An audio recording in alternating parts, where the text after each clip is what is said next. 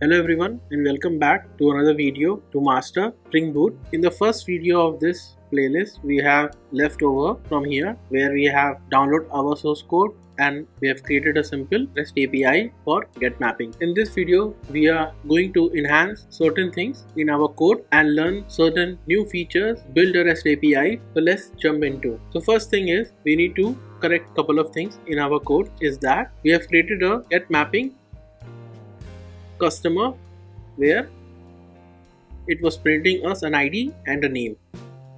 Now what we are going to do is we are going to just change a little bit thing to standardize our URL endpoint basically.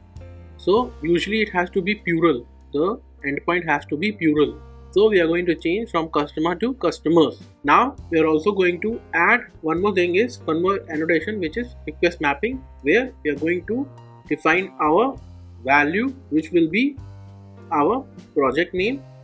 So here for now I am defining HackCS as our project name. Later on we are going to do a lot more things. So why we usually define request mapping in our controller is that to uniquely identify that what this controller is all about. So you're going to understand when we are going to complete this entire application and build an entire front end and the back end completely. Now what we are going to do is we are going to add a couple of more, or we would say only one more get mapping. So in this get mapping what we are going to do is we are going to define our URL as version v2 because we are going to build a different endpoint, so we need to define that of different version.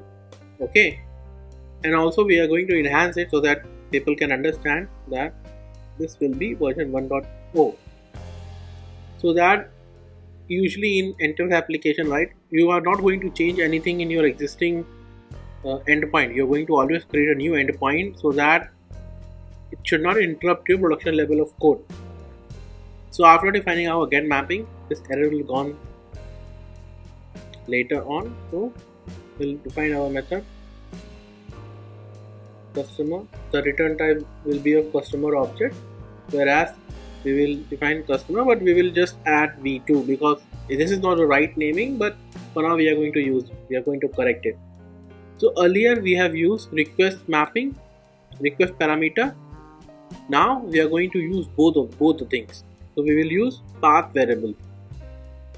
We will later understand the difference between both of path variable and request parameter, why we have both things.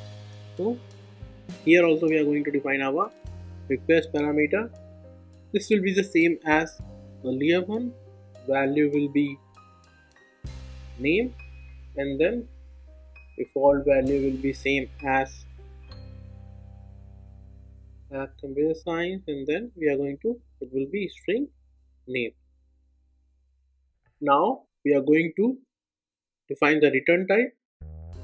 The return type will be same customer. We're going to define the ID, which is any ID, UUID or any token number, and then we are going to define our customer ID and then our name. Now we have now defined. Now see, we are seeing an error in here, okay, because our customer object is returning only two parameters. So now we are going to go to our customer class and then we are going to add one more attribute here. So it will be string type and we will add customer ID. So we'll come back to our controller again and we will just do a small change. This is throwing an error. To just fix it temporarily, we are going to add a blank string here. Okay, now we have completed our get mapping. So in this what we are going to do is we are going to also little fine tune our, so that we'll get a better ID. So we'll make it 10 million so that it looks nicer when we have an ID. And also we will, instead of using this, we are going to pass the ID directly. Last time we forgot to do it, but this time we will do it. Okay, so this is correct. I think we have so earlier we have only define request parameter. Okay, and see we are so without passing request parameter, as we have defined the default value, right? And default value for this name is string. So HackCS, so it is printing here. So once we define our value, which will be name equals to your name, anything we can define. So it is printing your name. You can write your name in here. Okay. So now we are going to restart our server. Okay, and then we are going to test this thing. So our server is started at port 8080. Now we are going to check whether it is working or not. Oh, it is not working. Why it is not working? Because we have changed the entire structure of our calling. So now we are going to do is we are going to change our endpoint, and then we'll see. So now we cannot directly write customer. We need to define our context path of the controller, and then we need to define v1 customer. We'll just directly copy paste, but I would not recommend you copy paste. We just type in so that it's easier for you to learn. So now we are going to see. Oh, it is working. Now you see customer ID is coming empty. Okay, earlier in our older version we only have ID and name. Now you see we have added one more attribute. This is customer ID, and this is, for example, a uniqueness of this request, I would say. Later on we will understand a lot more in this thing. So now we are going to see whether our request v1 request parameter is working or not. Okay, now we are going to add our name, which will be anything. Hello, I am.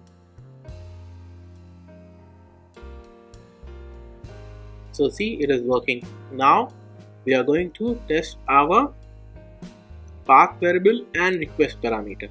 Okay, so now we are going to test our v2. So now we'll test our v2, and we will be passing same thing. Now this is our, what is this? This is our request parameter. The request parameter will always come after question mark. You see there is a question mark in between while calling the API endpoint. Okay, while calling our API. Now path parameter will be after here.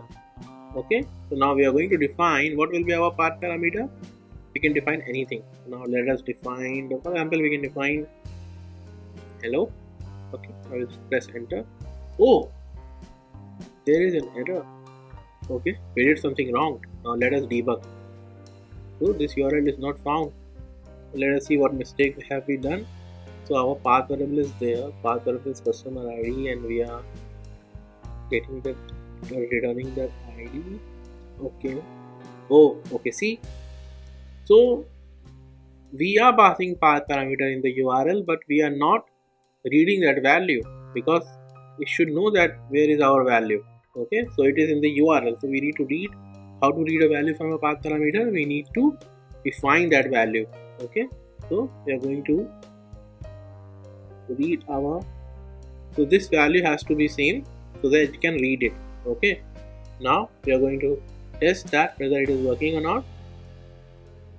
I just rebooted my server. Okay, it is working.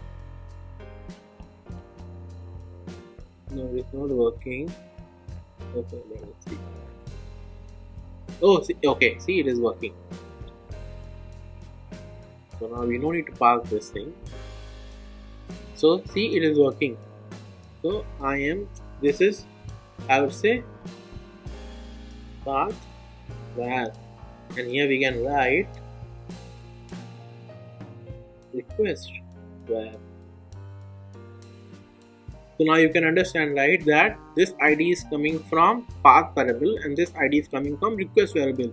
So you understand the difference, right, that a value which is after question mark are request param. Okay, after question mark, and path is before question mark. Usually the value which are defined within the URL, with the URLs, are considered as path variable, and which are defined after question mark are request parameter.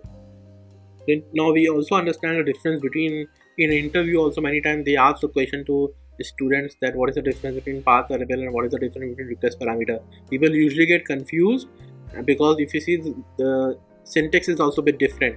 Okay, the way we are reading the value of request parameter and the way we are reading the value of path parameter is a bit different, and the way the values are defined in our URL is a bit different. Okay, now there is one more thing. There are two more things which I need to cover.